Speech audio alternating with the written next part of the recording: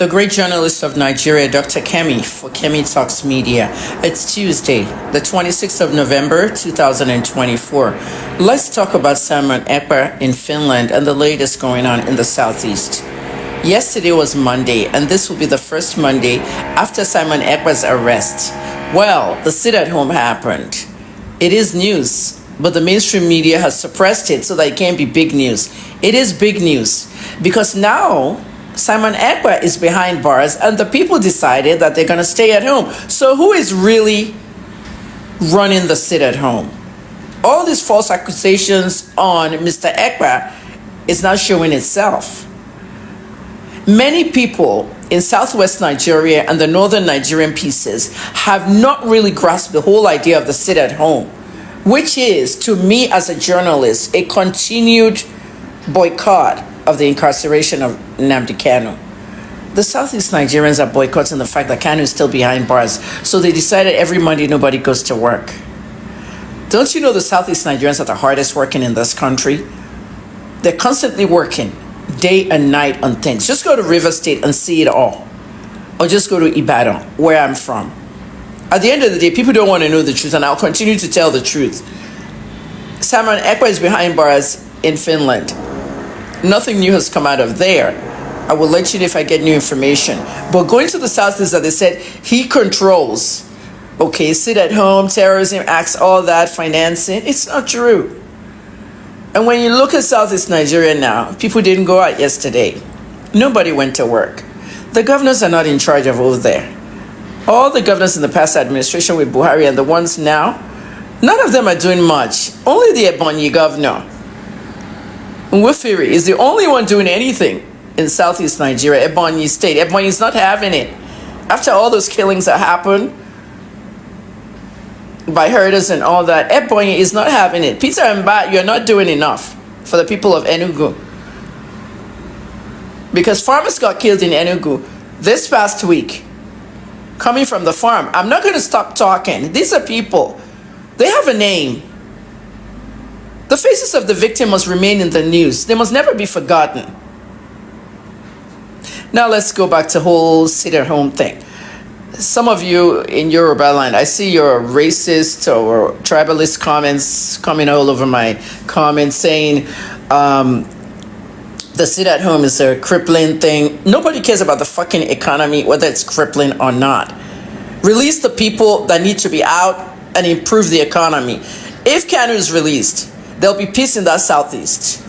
And then the economy of the southeast and the GDP of the southeast will kind of really rise. You just don't know how the government works because you have somebody who doesn't know how government works in the national level. Tinubu can rule Nigerian states, but never a country.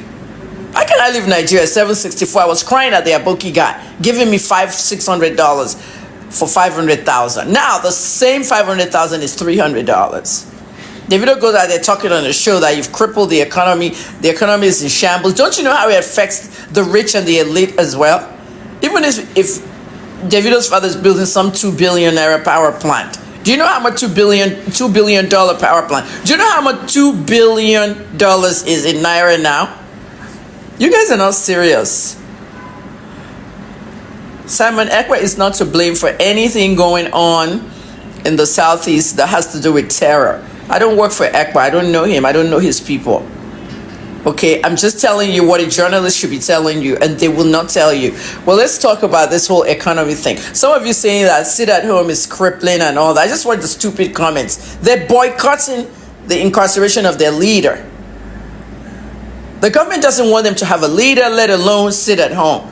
Do you see First Bank, Access Bank, GT, all those banks? Do you see them open in the southeast on Monday? Let them go and open. They'll just burn them down. I'm telling you. That's why I'm saying these governors have no control of their states. IPOB and their supporters are bigger than them. Then social media on top of that is bigger than any of you. All that proscription that Buhari did was out of jealousy, anger, and selfishness. IPOB is not a terrorist group. President Buhari did that to give it global attention. Some people let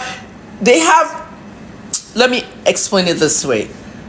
Some people have very powerful media and they'll use it to spread propaganda.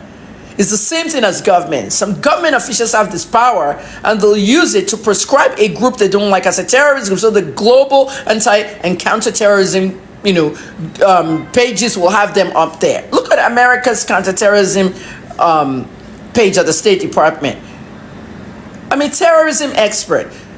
When I broke the story about Mutalab's son in northern Nigeria, the chairman of First Bank's son, putting a bomb in his pants and getting on a plane in 2008. That was one of the biggest stories in my career. I went on CNN, Fox, everything, to talk about this whole issue with Mutalab and the bomb. I know about terrorism. I volunteered my time with the Toronto police and I worked in intelligence. So when the police was saying in Toronto that I helped them solve 13 murders, what is so hard to solve Mohbad's murder? I solved Mohbad's murder on the 30th of November 2023. And I tweeted who killed him, his wife. But you'll be doing all these hide and seek things, not letting Nigerians know the truth. So now Simon Ekpa is behind bars. Sit at home happened. Now what do you want to do? Do you think they sat at home yesterday because of Simon Ekpa? They sat at home because of the continued illegal incarceration of Kanu. Ekpa has nothing to do with nothing. I'm really glad he's a Finnish citizen, because if he was a Nigerian living in Finland, they would have tried their best to extradite him. Of course, anybody can fight extradition. What are you extraditing him for? Speak out, General Musa, Defense Headquarters. Speak out, Femi Oluyede, Nigerian Army, Chief of Army Staff. Abubakar, speak out, Air Force. Police. Dr. Ekpa could speak out. Speak out about what happened in the Southeast yesterday. Sit at home. It happened. Was there any violence? No. And you're blaming Ekpa. You're all orgasmic in waiting for extradition. Speak about how the Nigerian armed forces, including police, are secretly killing Nigerians. I've been studying this thing for 10 years. Since 2014, the TIV, the Igbos. For the Yorubas who keep antagonizing everything on my page, let me warn everybody in Yoruba land. Okay, there are people like Sunday Igboho who want to separate Yoruba land from Nigeria, just like the IPOB is trying to do the Biafra. Everybody go and study what happened in Namibia. Ẹ lọ study nǹkan tó ṣẹlẹ̀ ní Namibia, kẹ́ lajú yín sílẹ̀. Kẹ́lẹ́wọ́ bí wọ́n ṣe create Namibia. The founding president of Namibia is still alive, 95 years old, ní ó jókòó sínú ilé ẹ̀. Ọmọ ẹ̀ 72-year-old, ó ṣe minister. For those who don't understand Yoruba, go and look at the founding father of Namibia. 95 years old. His 17-year-old son is even the Minister of Labor. Namibia separated in 1990 from South Africa because of apartheid. What is so hard for Biafra to separate from Nigeria?